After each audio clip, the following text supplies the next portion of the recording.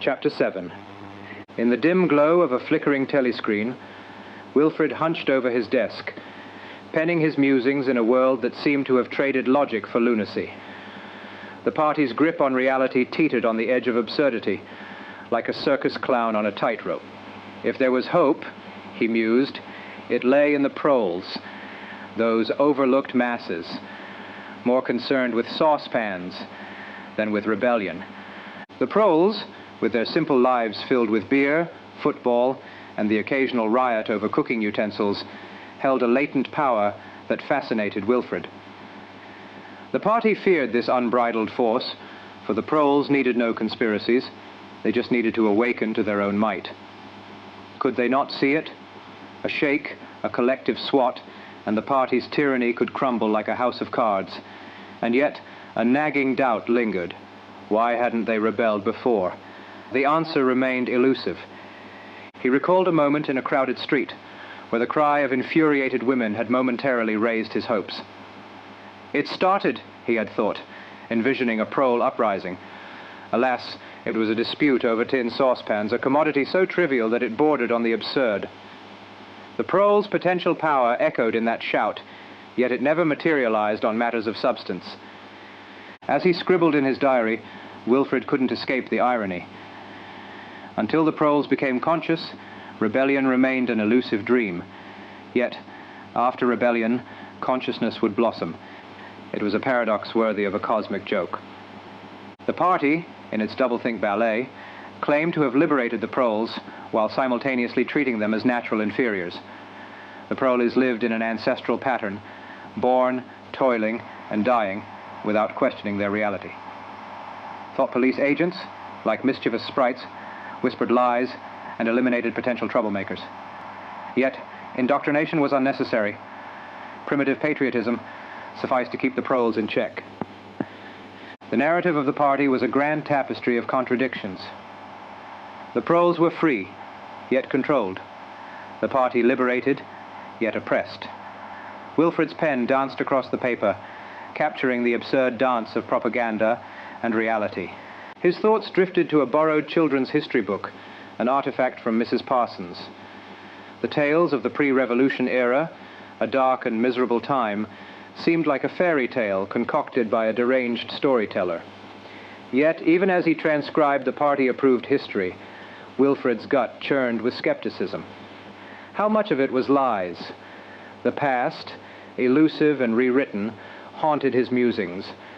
The telescreen's constant drone assaulted his ears with statistical symphonies of abundance and prosperity. People supposedly had more, lived better, and were happier. Yet, the gnawing discontent persisted, a silent protest in bones. The party's greatest trick, he realized, was convincing people that their past was a nightmare and the present a utopia. A pang of uncertainty seized him. Did he stand alone in his belief that reality was malleable, that 2 + 2 could be 4? He scratched his varicose ulcer absent-mindedly, a physical manifestation of his inner turmoil. The party's narrative loomed like a specter, questioning not just what was true, but why the deceit was orchestrated. In the end, he scribbled defiantly, "Freedom is the freedom to say that 2 + 2 make 4. If that is granted, all else follows." The ink dried on the page, a declaration against the whimsical tyranny of the party. Wilfred wondered if, in the cosmic comedy of the universe, someone else out there, maybe even O'Brien, held on to the same thread of truth. Wilfred's musings continued in the dim light of his concealed corner. The notion of truth, as elusive as a cat chasing its tail, gnawed at the edges of his consciousness. The photograph of Jones, Aronson, and Rutherford, 3 relics of a bygone era, played a haunting melody in his memory. The trio, once prominent figures, had confessed to unspeakable crimes, only to find themselves reinstated within the party's folds. Their faces, etched with fear and regret, lingered in Wilfred's mind. A chance encounter in the Chestnut Tree Cafe had further solidified their doomed fate. Yet amidst the ruins of their lives, a strange camaraderie lingered. Rutherford's broken nose, a symbol of defiance, resonated with unspoken rebellion.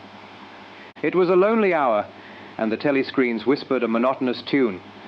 The chessboard on the table, pieces frozen in a game never begun, hinted at strategies forever unplayed. Then, a dissonant shift in the music heralded an unusual occurrence. The telescreen, that relentless purveyor of propaganda, betrayed a moment of vulnerability. A yellow note, cracked and jeering, echoed through the air. An unsettling song followed. Under the spreading chestnut tree, I sold you and you sold me. There lie they, and here lie we under the spreading chestnut tree. The three men, frozen in their contemplation, showed no outward reaction. Yet, as Wilfred's eyes met Rutherford's, tears welled in the weathered gaze. Aronson, too, bore the mark of a broken nose. The song, a haunting melody of betrayal, lingered in the air. A little later, the trio faced rearrest, accused of fresh conspiracies. Their past confessions, a concoction of truths and lies, proved to be their undoing. Wilfred pondered the peculiar dance of the party, where allegiance and betrayal intertwined in a macabre waltz. Years later, a discovery unraveled the carefully spun web of deceit. A fragment of truth, a photograph from a forgotten time, had slipped through the cracks. Jones, Aronson, and Rutherford, supposedly on Eurasian soil during their crimes, challenged the party's narrative. The photograph, a fossil from the past, hinted at a reality that contradicted the official account. As Wilfred unrolled the document, its significance reverberated within him. It was not just a piece of paper, it was a whisper from the past, a testament to the malleability of truth. The photograph, with its frozen faces and undeniable dates, was a chink in the party's armor. But time had a way of erasing dissent. Oceania was no longer at war with Eurasia, and the confessions, rewritten and reshaped, lost their potency. The past, like a pliable clay, yielded to the party's whims. In the solitude of his rebellion, Wilfred wondered, what drove the party to orchestrate this grand imposture? The how seemed comprehensible, but the why lingered like an unsolvable riddle. As he penned his reflections, he couldn't escape the feeling that the universe itself was engaged in a cosmic jest, one where truth and fiction danced in a surreal ball. Wilfred's solitary rebellion persisted, an act of defiance etched on the pages of his clandestine diary. The party, with its insidious control over truth and history, loomed like a specter over Oceania. In the quietude of his hidden corner, he grappled with the enigma of existence, like a lone astronomer contemplating distant stars. The image of Big Brother, those hypnotic eyes that penetrated the depths of one's soul, haunted Wilfred. The party demanded not only obedience, but the surrender of one's very perception of reality. The telescreens, like omniscient deities, dictated the narrative of truth, rewriting history at their whims. As he contemplated the pervasive power of the party, a surge of courage propelled Wilfred's pen. His diary, a silent letter to O'Brien, became a manifesto of individualism. The party's relentless command to reject the evidence of one's eyes and ears reverberated in his mind. It was their ultimate weapon, a psychological warfare that aimed to break the spirit. Yet, a flicker of hope emerged. In the recesses of his thoughts, Wilfred clung to the belief that O'Brien, a mysterious ally, stood on the side of reason. The courage to speak the obvious, defend truisms, and affirm the tangible reality became the crux of his resistance. The world, in its tangible form, existed independently of the party's narrative. Stones were hard, water was wet, and the laws of nature persisted. In a defiant proclamation, Wilfred wrote, "Freedom is the freedom to say that 2 + 2 make 4. If that is granted, all else follows." This axiom, simple and profound, resonated with a truth that transcended party propaganda. The struggle, however, was not merely against the party, but against the insidious doubt that gnawed at Wilfred's conviction. Was he a solitary lunatic, standing against a tide of collective delusion? In the quiet rebellion of his words, Wilfred sought solace. The diary, a testament to individual thought, became a vessel sailing against the currents of conformity. The past, ever-changing and mutable, held secrets that whispered of forgotten rebellions and erased truths. As he closed his scribbling pad, Wilfred knew that the struggle against the party's manipulation of reality was an uphill battle. The journey into the heart of dissent had just begun, and the pages of his clandestine diary bore witness to a mind unwilling to succumb to the shadows of orthodoxy. Wilfred's clandestine musings continued to defy the party's stranglehold on truth. In the labyrinth of his thoughts, he grappled not only with the oppressive regime, but also with the shadowy existence of the Brotherhood. The enigmatic O'Brien, a beacon of potential allyship, remained an elusive figure, an unspoken thread weaving through the tapestry of Wilfred's resistance. The telescreens, vigilant and ever watchful, cast their unblinking gaze on Oceania's inhabitants. Wilfred, however, sought refuge in his hidden alcove, driven by an insatiable thirst for genuine connection amid the sea of masked faces. It was in this solitude that he dared to give voice to his doubts, fears, and hopes. In a moment of introspection, Wilfred pondered the nature of rebellion. Did it require a collective uprising, as envisaged by the party, or could the seed of dissent be sown in the fertile soil of individual consciousness? The telescreens echoed with the party's narrative, but in the recesses of his heart, a whispered question lingered. What if I am not alone in this silent rebellion? The memory of a chance encounter in his mind, a crowded street, a cry of despair. In that moment, reality had manifested as a mundane quarrel over tin saucepans. The potential for collective rebellion seemed to dissipate in the triviality of daily grievances. Doubt, like a persistent spectre, crept into Wilfred's reflections. If the proles could be stirred by the scarcity of saucepans but remained indifferent to their own oppression, what catalyst could awaken their latent power? The party's manipulation of history, the erasure of the past, presented a formidable challenge. How could one spark a rebellion when the very foundation of truth was malleable, subject to the whims of those in power? In the quiet chamber of his rebellion, Wilfred yearned for dialogue, a connection that transcended the confines of propaganda. The words he inscribed in his diary were a silent plea, reaching out to O'Brien, if only in the realm of his thoughts. The diary became a repository of unspoken conversations. What if, began many sentences, each a fragment of a dialogue that danced between defiance and uncertainty. The question lingered. Could the force to destroy the party ever emerge from the seemingly disregarded masses, or was the hope he clung to a fragile illusion? The ink on the pages held the weight of unspoken words, awaiting the moment when dialogue would echo beyond the confines of his solitary rebellion. In the corridors of Oceania's monotony, where routine and conformity ruled with an iron grip, Wilfred's mind meandered through the labyrinth of contradictions. The proles, the supposed reservoir of untapped rebellion, remained blissfully ignorant or indifferent to the shackles that bound them. The party's paradoxical narrative of liberation and subjugation, a tapestry of doublethink, draped the proles in a cloak of manipulated contentment. Wilfred couldn't escape the absurdity that permeated every facet of Oceania's existence. The party's claim to have liberated the proles from capitalist oppression collided with the simultaneous assertion of their inherent inferiority, a cruel dance of power that held the masses in check. Wilfred chuckled sardonically at the party's portrayal of the proles' lives. Born into the gutters, their existence followed a predetermined script, a cycle of labor, fleeting moments of beauty, matrimony at 20, and an unremarkable demise at 60.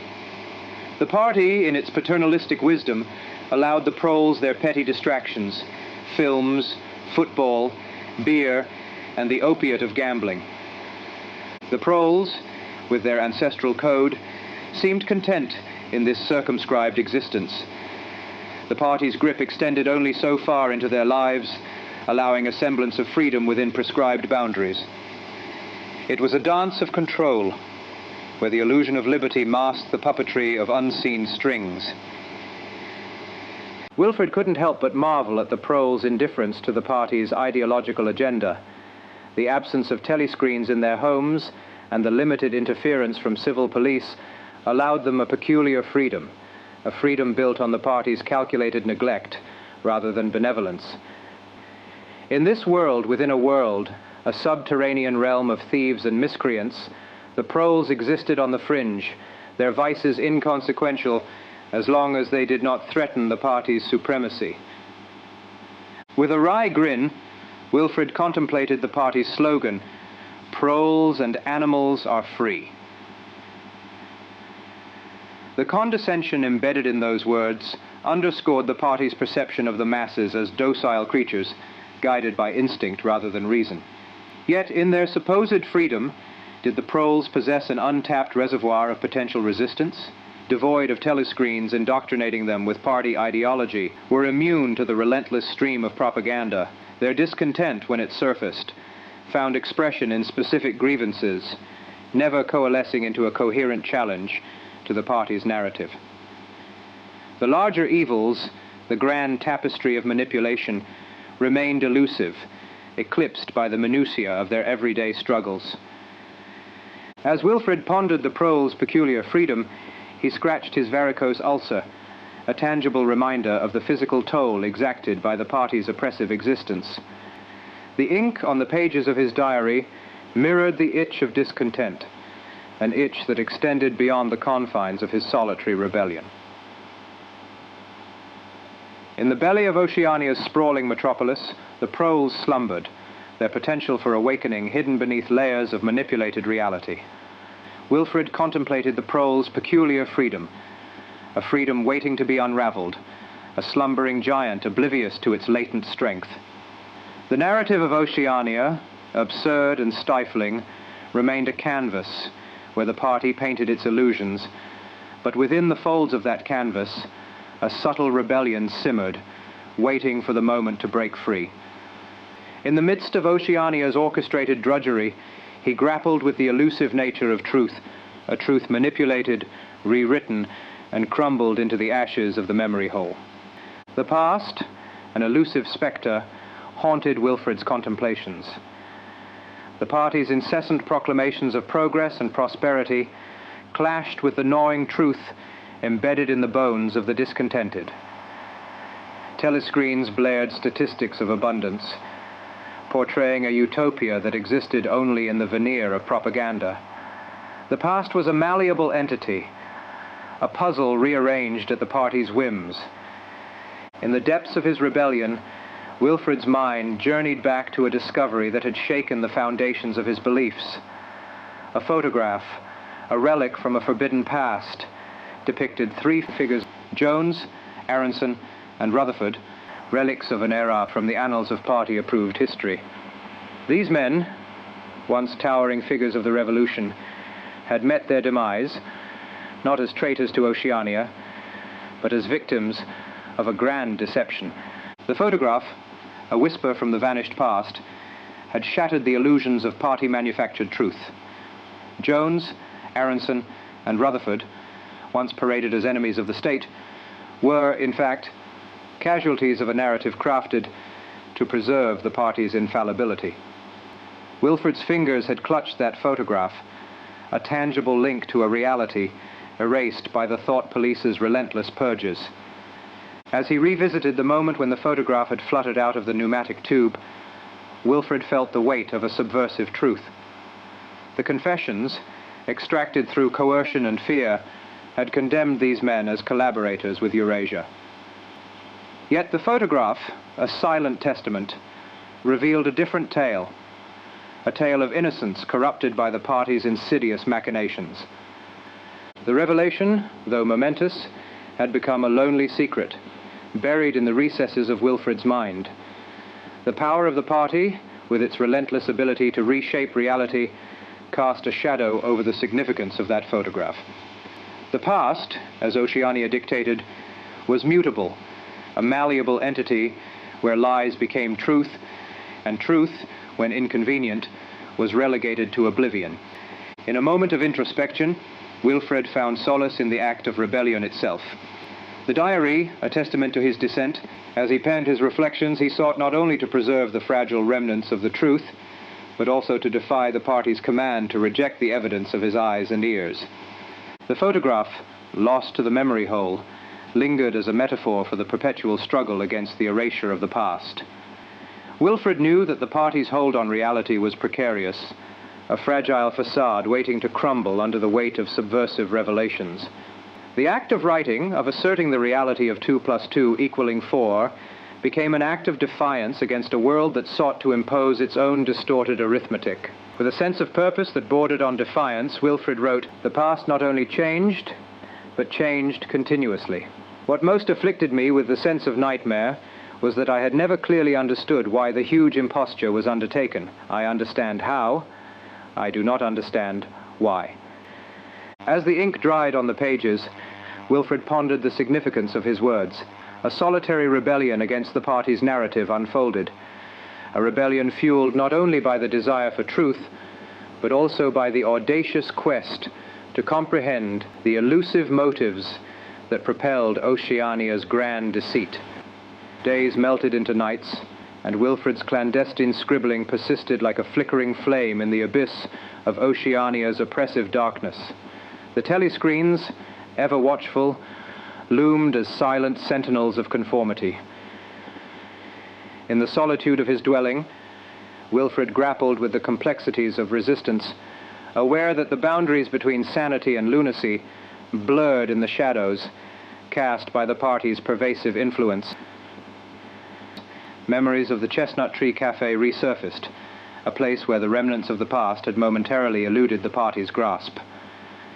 Jones, Aronson, and Rutherford, once towering figures of rebellion, had found themselves ensnared in the party's web. The flicker of a yellow note, a haunting melody, and a braying voice singing beneath the spreading chestnut tree lingered in Wilfred's consciousness. The cafe, a haven for disquieted souls, bore witness to unspoken truths and muted tears. Rutherford's visage, etched with the weariness of a caricaturist turned relic, haunted Wilfred's reflections. The broken noses, silent testaments to unspoken struggles, spoke a language of resistance that transcended the confines of party-manufactured reality. In the aftermath of that clandestine meeting, the three men, once purged and then pardoned, had vanished into the annals of party-sanctioned history. The fluidity of allegiance and the transmutation of enemies into allies painted a perplexing tableau of Oceania's convoluted narrative. Wilfred's thoughts danced with paradoxes. The party's ability to manipulate reality, to rewrite history at will, confronted him with an unsettling question. Could a truth once held in one's fingers, like the forbidden photograph, defy the ceaseless tide of revisionism? He mulled over the enigma of O'Brien, a figure that had materialized in his mind with an unwarranted certainty. The face, unbidden, emerged from the recesses of memory, and a conviction unfurled within Wilfred that O'Brien was a conspirator against the party's tyranny. The telescreen's omnipresent gaze, a reminder of the party's invincible surveillance, goaded Wilfred into grappling with the essence of freedom. The notion that 2 + 2 equaled 4 became not merely an arithmetical certainty, but a manifesto for the preservation of sanity against the encroaching madness of doublethink. Wilfred etched the words, "Freedom is the freedom to say that 2 + 2 make 4. If that is granted, all else follows." The words echoed like a manifesto of defiance, a declaration that transcended the arithmetic of rebellion. As he concluded this clandestine entry, Wilfred couldn't shake the feeling that the struggle against the party's mendacity was an ongoing battle for the preservation of truth and sanity in a world where both were elusive phantoms. An unsettling calm settled over the room. The diary, an unassuming repository of dissent, lay closed, concealing within its pages the heresies that challenged the party's orchestrated reality. In the dim glow of the incandescent light, Wilfred pondered the consequences of his clandestine endeavor. The room, stripped of adornments and personal effects, mirrored the stark simplicity enforced by the party. A solitary chair, its contours indifferent to comfort, served as the throne from which Wilfred contemplated the labyrinthine nature of his rebellion. The hum of distant machinery seeped through the walls, a constant reminder of the party's mechanical grip on Oceania. In the recesses of his mind, fragments of an old nursery rhyme resurfaced. Oranges and lemons, say the bells of St. Clement's. You owe me 3 farthings, say the bells of St. Martin's. The archaic verses, a vestige of a bygone era, whispered through the corridors of memory. The past, obscured by the fog of uncertainty, beckoned like a siren tempting sailors into treacherous waters. Wilfred grappled with the intangible essence of nostalgia, wondering if the yearning for an unblemished yesterday was, in itself, an act of rebellion. He found solace in the rhythmic ticking of a clock, a relic untouched by the omniscient gaze of telescreens. Time, a fleeting commodity, bore witness to the ebb and flow of resistance. With a trace of wistfulness, Wilfred contemplated the transient nature of moments, each tick of the clock a subtle defiance against the party's narrative of eternal control. The diary, a vessel for unspoken truths, lay dormant, concealing the remnants of a past that defied the party's revisionist fervor. Wilfred's fingers traced the edges of the forbidden tome, an artifact that rendered him both conspirator and heretic. The weight of rebellion, born in silence, resonated within the confines of his secluded enclave. As the room embraced the stillness, Wilfred grappled with the paradox of his existence. With a hesitant breath, Wilfred reopened the diary, poised to etch another chapter in the chronicles of resistance. The journey, fraught with uncertainties, unfolded with each stroke of the pen, a testament to the enduring spirit that dared to assert 2 + 2 make 4. Wilfred's subversion unfolded like a delicate dance of shadows. The quill danced upon the pages of the forbidden diary, a silent rebellion against the party's meticulous control. With every stroke, Wilfred etched fragments of dissent into the narrative of a society ensnared by the illusion of unyielding conformity. As he inscribed the inked testimony of his thoughts, Wilfred marveled at the paradoxical nature of words, innocuous vessels that possessed the power to ignite revolutions. Within the walls of Wilfred's sanctuary, a counter-narrative unfolded, a testament to the indomitable human spirit that resisted the party's orchestrated discord. In the dim light, the words on the pages acquired a life of their own, weaving a tapestry of dissent against the monolithic authority. Wilfred, a reluctant rebel, marveled at the transformative power of language, realizing that within the fragile confines of the diary lay a weapon mightier than any physical resistance. Outside the room's cocoon, Oceania thrived in the illusion of unanimity. The proles, their existence relegated to the peripheries, unknowingly harbored the potential for upheaval. Wilfred contemplated the enigma of the masses, a dormant force awaiting the spark of consciousness. If only the proles could grasp the magnitude of their collective strength, the party's dominion might crumble like a house of cards. The diary, now a repository of insurrection, bore witness to Wilfred's internal struggle.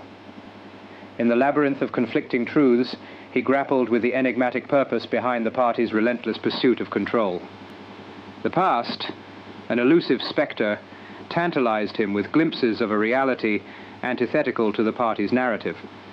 Wilfred navigated the treacherous waters of cognitive dissonance.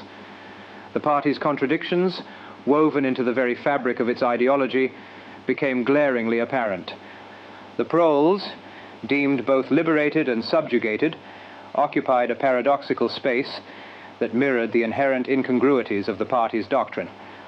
In the stillness of rebellion, as the quill continued its dance, Wilfred contemplated the precarious balance between individual defiance and collective awakening.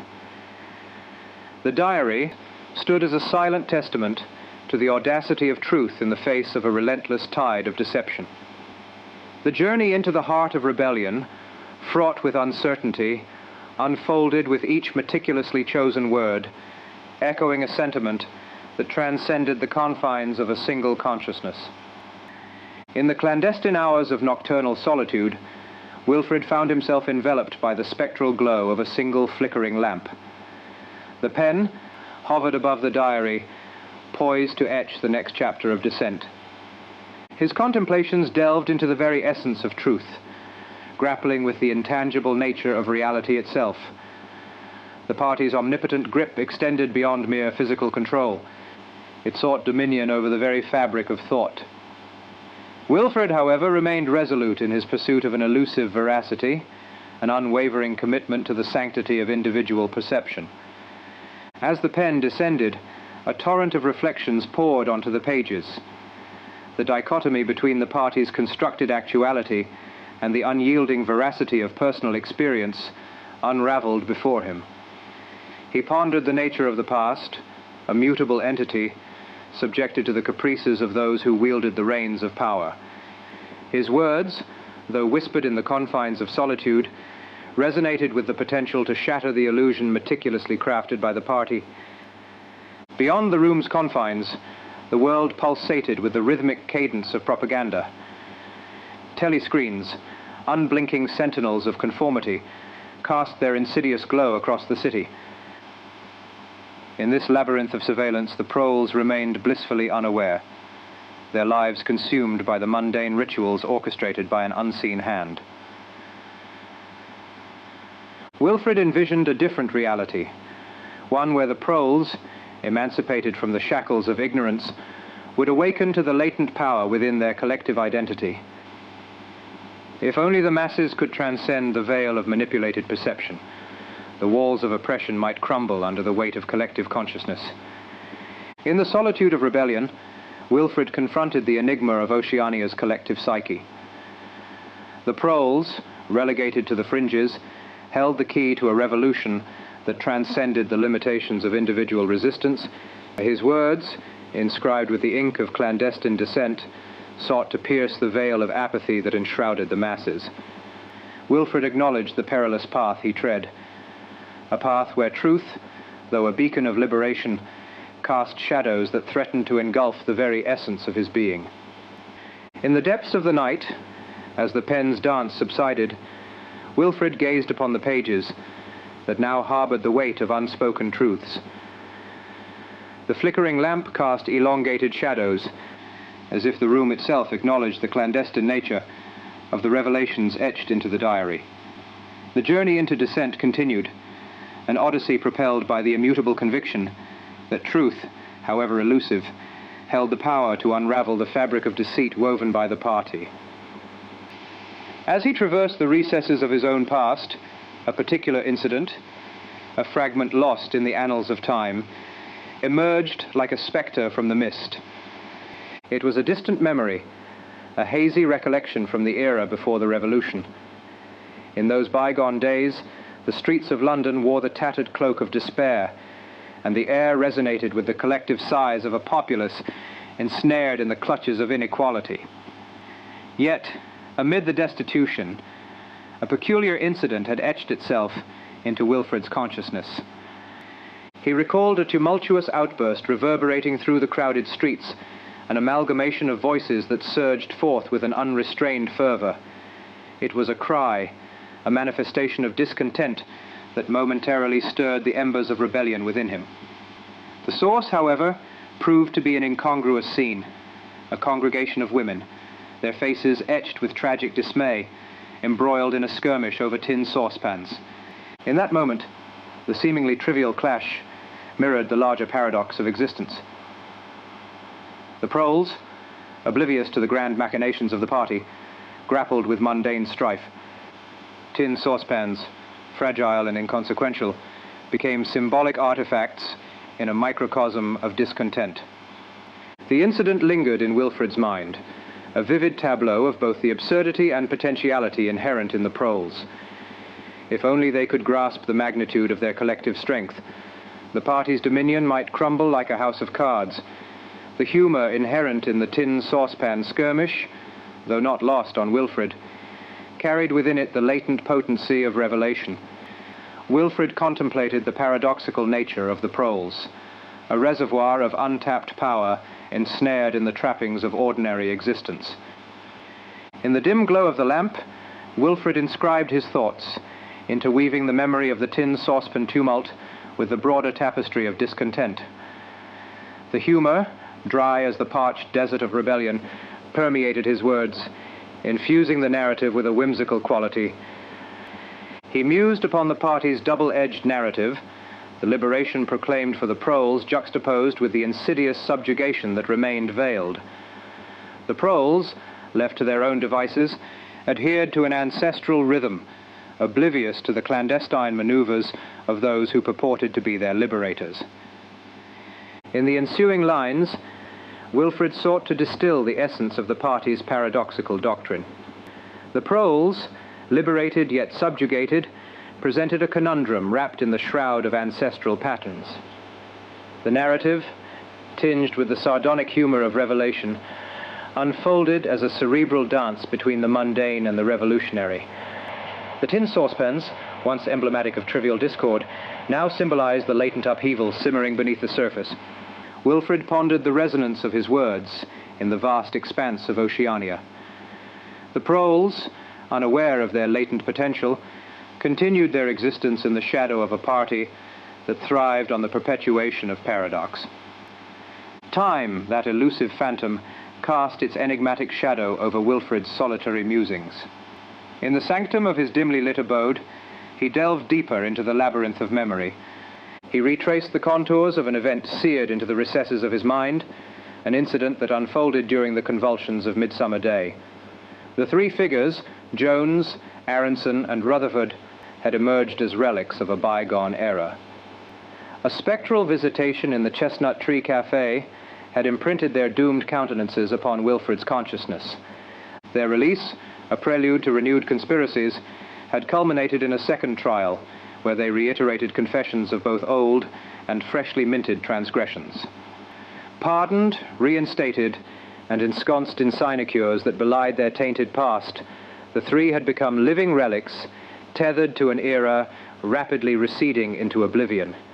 The photograph had materialized before Wilfred like an apparition.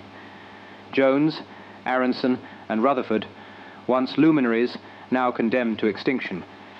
Yet, a peculiar incongruity marred the tableau. The date of their purported betrayal on Eurasian soil clashed with the unfolding narrative of Oceania's ever-shifting alliances.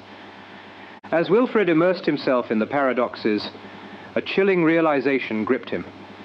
The confessions, touted as irrefutable evidence, now seemed like ephemeral echoes, distorted by the capricious winds of political expediency. The past, a malleable canvas in the hands of the party, morphed incessantly, rendering the veracity of confessions dubious. The three caricaturists, ensnared in the machinations of power, became emblematic of the party's relentless quest to rewrite history at will. Why the grand imposture? The immediate gains of rewriting the past were palpable, but the underlying rationale remained shrouded in mystery. I understand how. I do not understand why. The very essence of the party's dogma eluded him. The manipulation of historical narratives, the coercion of collective memory. To what end? The conundrum echoed through the dimly lit chamber, a question mark etched in the annals of dissent. Wilfred's inquiry, a whisper in the vast echo chamber of Oceania, sought to unravel the inscrutable motives that propelled the party's relentless pursuit of historical revisionism. Guided by the indomitable spirit of inquiry, Wilfred glimpsed the portrait of Big Brother adorning the children's history book. The hypnotic gaze, an emblem of coercive authority, loomed over Oceania. The struggle to assert the indisputable truths, the solidity of stones, the wetness of water, resonated in Wilfred's plea for the freedom to declare 2 + 2 make 4. In the recesses of his contemplation, Wilfred found himself entwined with a gnawing paradox, the party's omnipresent assertion that reality itself was mutable. The war waged not only on the tangible frontiers, but also within the corridors of the mind. The past, an elusive spectre, danced on the periphery of his understanding. The intrusion of an unfamiliar melody, a yellow note in the symphony of propaganda, accompanied by a haunting refrain. Under the spreading chestnut tree, I sold you and you sold me. There lie they and here lie we, under the spreading chestnut tree. The stoic trio of Jones, Aronson, and Rutherford, custodians of forgotten truths, sat in silent communion, their faces etched with the weight of untold burdens. In that transient interlude, a crack in the veneer of conformity, Wilfred discerned a glimpse of shared humanity, a humanity often eclipsed by the shadow of party dogma. The verse, an unbidden intrusion into the sanitized melody of indoctrination, bore witness to a fragment of genuine emotion. Rutherford's tearful gaze, the broken noses of his companions, a silent testimony to the indomitable spirit that lingered beneath the party's oppressive veneer. Time, the inscrutable arbiter, continued its inexorable march, and the three men, once vibrant caricaturists, found themselves ensnared in the web of political expediency. The café, a haven for clandestine conversations, held echoes of dissent that resonated beyond the confines of its walls. In the symphony of subversion, Wilfred grappled with the enigma of loyalty. The telescreen's incessant proclamations to deny the evidence of one's senses clashed with the silent camaraderie that unfolded in that hallowed moment. Was O'Brien, the elusive figure in the labyrinth of loyalty, a potential ally in the battle against the party's oppressive edifice? Wilfred contemplated the journey ahead. The struggle for truth, the defiance against the mutable past, a clandestine odyssey fraught with peril, yet driven by an irrepressible yearning for freedom. In the quietude of his sanctuary, he awaited the next clandestine act of rebellion, an underground rebellion against the sanctioned truths. The forbidden ink on the page whispered defiance, and he reveled in the heresy that danced within the words. In the shadowy recesses of his apartment, where the ever-watchful eye of the telescreen struggled to pry, he felt a peculiar solace in crafting his silent dissent. An underground rebellion against the sanctioned truths. The forbidden ink on the page whispered defiance, and he reveled in the heresy that danced within the words. The past, like a kaleidoscope, fragmented under the scrutiny of his pen.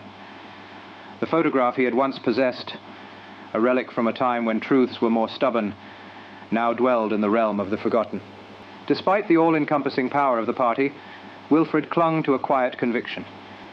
He couldn't fathom the why behind the grand deception, the meticulous erasure of the past.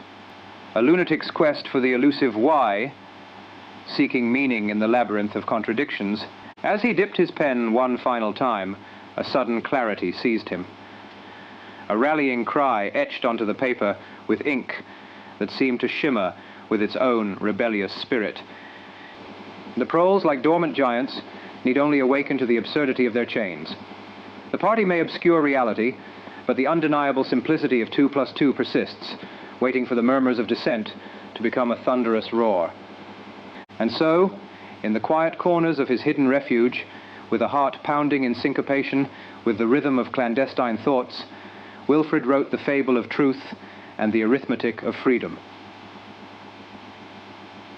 The diary held secrets that would one day be set free, challenging the very foundations of the party's control. As he closed the diary, a small, wry smile played on Wilfred's lips.